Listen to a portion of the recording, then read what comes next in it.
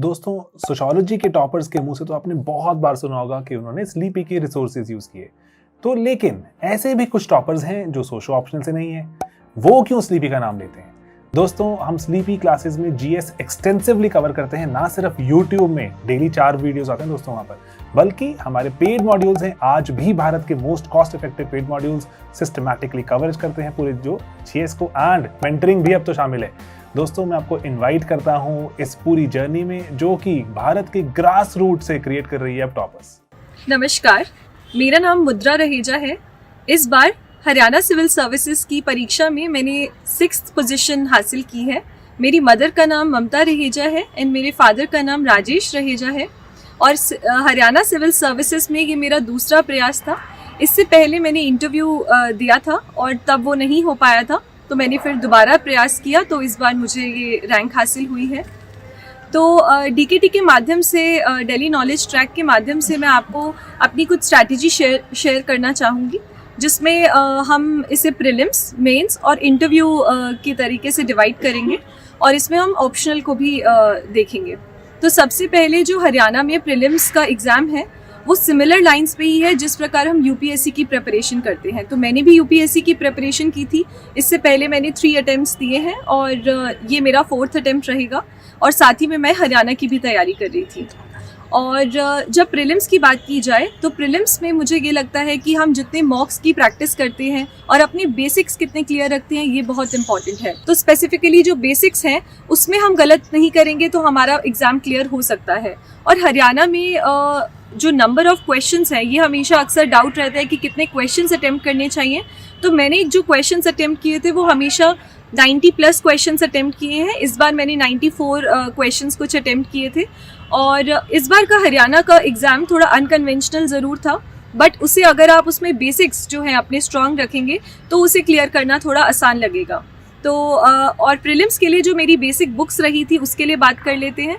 तो basic books में जो भी सब लोग यूज़ करते हैं, जैसे स्पेक्ट्रम है हिस्ट्री के लिए, लक्ष्मीकांत है फॉर पॉलिटी, और जो श्री राम IAS की बुक है फॉर इकोनॉमी, और शंकर IAS की बुक है फॉर एनवायरनमेंट, ये सब मैंने भी रेफ़र की थी। और साथ ही में जब आगे हमें वैल्यू एडिशन करने की ज़रूरत होती है जैसे मेंस के लिए, तो हम उससे मेंस में डिस्कस करते हैं। और प्रीलिम्स के लिए एक और मैं बोलना चाहूँगी कि आपका माइंडसेट कैसे रहता है वो बहुत इंपॉर्टेंट है। आप एग्ज़ाम को कितने क्लैरिटी से देखते हैं, आप कितने कॉन्फिडेंट रहते हैं, ये उसका भी एक टेस्ट होता है। क्योंकि जो मैंने अपने फेलियर से सीखा कि कैसे जो एक डर होता है वो आपकी एफिशिएंसी को डाउन कर देता है, तो आपको उस पर भी इम्प्रूव करने की ज़रूरत है। तो उसके लिए आप क्या कर सकते हैं, आप मल्टीपल मॉक्स दीजिए, आप अपने आप को एनालाइज कीजिए कि कहाँ गलती आ रही है और कैसे इम्प्रूव कर सकते हैं। इवन आप ट्रिक्स पे भी काम कर सकते हैं कि कैसे कौन सी जो ट्रिक्स हैं वो पेपर में लग सकती हैं। सो ये कुछ रहेगा प्रीलिम्स के लिए। अब हम बात करते हैं मेंस के लिए। तो हरियाणा सिविल सर्विसेज में क्या रहता है कि मेंस में 4 पेपर होते हैं, जैसे जनरल स्टडीज़, उसके बाद हमारे पास होता है English, Hindi, and then we have optional. तो इसका जो जीएस का सिलेबस होता है वो काफ़ी रिस्ट्रिक्टेड दे रखा है, बट इसमें जो एग्ज़ाम में सवाल आते हैं वो बहुत ज़्यादा ब्रॉड रहते हैं। तो इसके लिए मैं सजेस्ट करूँगी कि जैसे मैंने यूपीएससी की तैयारी की थी तो मुझे उसी से ही काफ़ी हेल्प मिली, तो मैंने उसके लिए मल्टीपल सोर्सेज रेफ़र किए थे मेंस के लिए। आप भी उसे रेफ़र कर सकते हैं। मेरे जो सोर्सेज रहे हैं वो ये रहे हैं कि जैसे मैंने उड़ान जो बुक आती है ओनली IAS की, उसको मैंने रेफ़र किया था। उनकी प्रहार सीरीज़ आती है, मैंने उसको भी रेफ़र किया था, उसको हम रेफ़र कर सकते हैं, जैसे गवर्नेंस के लिए, सिक्योरिटी के लिए। और उसके साथ साथ हम बात करें कि जो बाकी जो सब्जेक्ट्स रहते हैं जो एक्स्ट्रा रहते हैं उसको आप प्रहार से कर सकते हैं। और मेंस के लिए मैं खास करके बोलूँगी कि जब आप आंसर राइटिंग की बात करते हैं उसके लिए हम क्या कर सकते हैं, आप इनिशियली एकदम से टेस्ट सीरीज़ ज्वाइन ना कीजिए। आंसर राइटिंग के लिए आप क्या कर सकते हैं कि डेली आप 2 आंसर लिख के स्टार्ट कर सकते हैं। मैंने भी यही किया था। और मैं अपने ग्रुप स्टडी में क्या करती थी कि हम एक दूसरे के आंसर को एनालाइज करते थे और एक दूसरे के आंसर्स को हम और इम्प्रूव करने की कोशिश करते थे। हमने यहाँ तक की भी जोर दिया कि हम एक दूसरे की राइटिंग भी इम्प्रूव कर सकें। तो आप भी कुछ ऐसा अपना पेयर ग्रुप ढूंढ सकते हैं। अब हम बात कर ले रहे हैं जनरल स्टडीज़ की। तो जनरल स्टडीज़ में जैसे कि हरियाणा और यूपीएससी में ये अंतर रहता है कि यहाँ पर इस साल QCA भी नहीं आया था, जिसे हम क्वेश्चन कम आंसर बुकलेट बोलते हैं। तो उसमें हमें नियरली 90 पेजेस का एक बुकलेट मिलता है। तो उसमें मैंने भी इस तरीके से स्ट्रैटेजी बनाई थी कि मैं जितना हो सके स्पेस को अच्छे से मैनेज कर सकूं, तो हम उसके लिए काम कर सकते हैं। तो उसके लिए क्या करना होगा कि पहले से ही प्रैक्टिस करनी होगी उस पैटर्न पे कि हम अपने स्पेस को कैसे मैनेज कर रहे हैं, क्योंकि इसमें कोई वर्ड लिमिट रहती है, बट ये नहीं पता रहता है कि कितना पेजेस। जैसे यूपीएससी में हमें पेजेस मिलते हैं कि 2 pages and 3 pages for 10 marker and 15 marker. तो इसमें क्या रहा था कि हमने प्रैक्टिस की थी उसी प्रकार से, जैसे हमने फ्लो चार्ट्स को यूज़ किया, डायग्राम्स को यूज़ किया, मैप्स को यूज़ किया, और इवन हरियाणा स्पेसिफिक को भी कुछ एडिशन डाला, ताकि उससे आंसर्स जो है वो एनरिच हो जाएं। और साथ ही में ये कोशिश की कि जितने हो सके एग्जाम्पल्स के थ्रू हम अपनी बात समझा सके। तो जब हम एग्जाम्पल्स को यूज़ करते हैं तो उससे क्रेडिबिलिटी बढ़ती है, फैक्ट्स पर काम कर सकते हैं। तो ऐसे ही मैंने फैक्ट्स को लिख लिया था। बट एक चीज़ मैं आपको सजेस्ट कर सकती हूँ कि जो फैक्ट्स है, आप मल्टीपल फैक्ट्स याद मत कीजिए, बहुत लिमिटेड फैक्ट्स याद कीजिए। और उसमें से भी जो बेसिक वाली फैक्ट्स है, जैसे सेंसस का डेटा है और NFHS की रिपोर्ट है, इन सबको आप यूज़ कर सकते हैं अपने आंसर्स में, जिससे उसकी क्रेडिबिलिटी भी बढ़ेगी और आपके जो आंसर्स हैं वो उतने ही एनरिचिंग लगेंगे। और अब बात कर लेते हैं इंग्लिश की।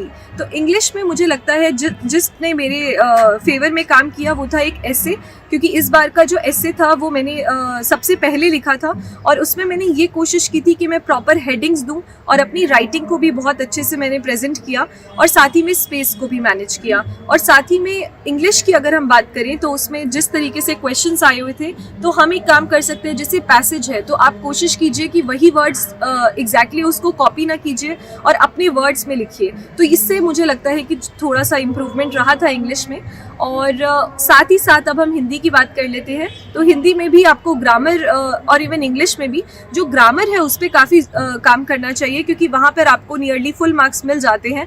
तो वो आपकी रैंक को बूस्ट कर सकता है, क्योंकि even 1 marks count in this preparation. So उसके लिए आपको एक्स्ट्रा एफर्ट डालना होगा ग्रामर के लिए। तो ऐसे ही हिंदी के लिए मैंने क्या किया था, जो पास्ट ईयर के कुछ ग्रामर के क्वेश्चंस होते हैं उसको मैंने प्रिपेयर कर लिया था, क्योंकि रादर देन कंप्लीट बहुत ज़्यादा ग्रामर याद करने से अच्छा मैंने वो क्वेश्चंस को प्रैक्टिस किया जो बहुत ज़्यादा रिपीट हुए जाते हैं। तो आप भी उसको कर सकते हैं हिंदी के लिए। और हिंदी के एसे के लिए मैंने स्पेसिफिकली क्या किया था, जो यूपीएससी का सिलेबस होता है इंग्लिश में, मैंने उसी को ही हिंदी में कन्वर्ट करके कीवर्ड्स ले लिए थे, क्योंकि जब आप इंग्लिश मीडियम में हो जाते हो तो आपको वो वर्ड्स थोड़े डिफिकल्ट लगते हैं। तो आप उनको ऐसे करके बना सकते हैं कि हिंदी टू इंग्लिश वोकैबुलरी, और उसको प्रैक्टिस कर सकते हैं। और इन सब में सबसे इम्पॉर्टेंट रोल आता है आंसर राइटिंग का, जिस पे मैंने बहुत ज़्यादा फोकस किया था, क्योंकि इससे पहले मेरे एग्ज़ाम पेपर कभी पूरे नहीं होते थे। बट इसके लिए इस बार वाले अटेम्प्ट में मैंने ये सोचा था कि मुझे अपने कंप्लीट करने हैं पेपर, तो उसके लिए मैंने बहुत सारे इस बार आंसर्स लिखे थे। रादर मैंने टेस्ट भी दिया था। तो टेस्ट के लिए स्पेसिफिकली मैंने टेस्ट सीरीज़ ज्वाइन की थी, GS के लिए भी और ऑप्शनल के लिए भी। तो जो GS की टेस्ट सीरीज़ है मैं उसके साथ बिल्कुल रेगुलर रहती थी। जैसे जिस दिन पर टेस्ट होता था तो मैं उसके लिए उसी दिन पर देने की कोशिश करती थी, और साथ ही मैं उसको अपलोड करके दे देती थी। तो मैंने ये सारी जो प्रेपरेशन है वो घर रहकर की है। तो इसी के टाइम पर जो ऑनलाइन टेस्ट सीरीज़ थी वो मैंने ज्वाइन की थी। जैसे मैंने ऑप्शनल के लिए विजन IAS की टेस्ट सीरीज़ ज्वाइन की थी, और जनरल स्टडीज़ के लिए मैंने फॉरम IAS की टेस्ट सीरीज़ ज्वाइन की थी, क्योंकि मैं UPSC की भी प्रिपरेशन कर रही थी। तो मैंने उसको और इसको सिंक में लेकर प्रिपेयर किया। और साथ ही में जब आंसर राइटिंग की बात आती है तो उसके लिए मैंने एक और कोर्स में एनरोल किया था, जो है एट सारथी का मेंस मेंटरशिप प्रोग्राम। तो उसमें क्या होता है कि जब आप लाइव आंसर राइटिंग सेशन मैंने अटेंड किए थे, ताकि मेरी जो राइटिंग स्पीड है वो इंक्रीज़ हो जाए, और साथ ही में मैं क्वेश्चंस के साथ थोड़ा यूज टू हो जाऊं। तो ये मेरा कुछ एसोसिएशन रहा था जिससे मैंने कुछ सपोर्ट लिया था। और अब बात करते हैं हम ऑप्शनल की। तो मेरा ऑप्शनल सोशियोलॉजी है, और सोशियोलॉजी के लिए मैंने जो अपना बेस बनाया था वो था स्लीपी क्लासेस की जो वीडियोस है अवेलेबल, जो यूट्यूब पर फ्रीली अवेलेबल है। तो मैंने उसको यूज़ किया था। उसके साथ ही में मैंने इग्नू की जो मटेरियल होता है, बेसिक मटेरियल, वो मैंने ऑनलाइन यूज़ किया था। तो उसमें जो BA और MA के कुछ कोर्सेज़ हैं तो मैंने वो यूज़ किए थे। उसमें कोर्सेज नहीं है जो उसमें PDFs अवेलेबल है, वही मैंने यूज़ की थी। एक वेबसाइट है रिलायबल एंड वैलिड करके, तो उसमें वो इजीली आपको सेग्रीगेट करके नोट्स मिल जाते हैं, तो मैंने उसको रेफ़र किया था। और साथ ही में मैंने कुछ टॉपर्स के नोट्स से इसको एनरिच किया था, जैसे कि तुषार अंशु सर के जो नोट्स हैं वो मैंने यूज़ किए थे। और ऑप्शनल में मैंने खासकर क्या किया था कि जो एसेंशियल सोशियोलॉजी की जो बुक है, आजकल बहुत फेमस है वो book, that is by Nitin Sangwan sir, तो वो मैंने रेफ़र की थी और उसी को मैंने काफ़ी ज़्यादा लर्न करने की कोशिश भी की थी।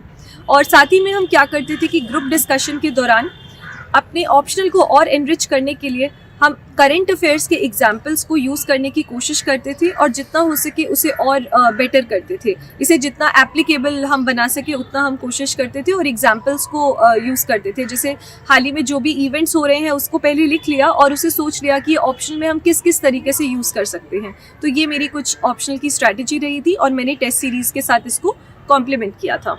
तो अब हम बात कर लेते हैं इंटरव्यू की। और इंटरव्यू में भी मैंने लास्ट टाइम आई अपीयर्ड, पर उसमें मेरा नहीं हो पाया था क्योंकि मेरा स्कोर जो था इंटरव्यू में वो काफ़ी लो रह गया था। तो इस बार मैंने इंटरव्यू पे खासकर ध्यान दिया था, तो मैंने कुछ मॉक इंटरव्यूज़ ज़रूर लिए थे।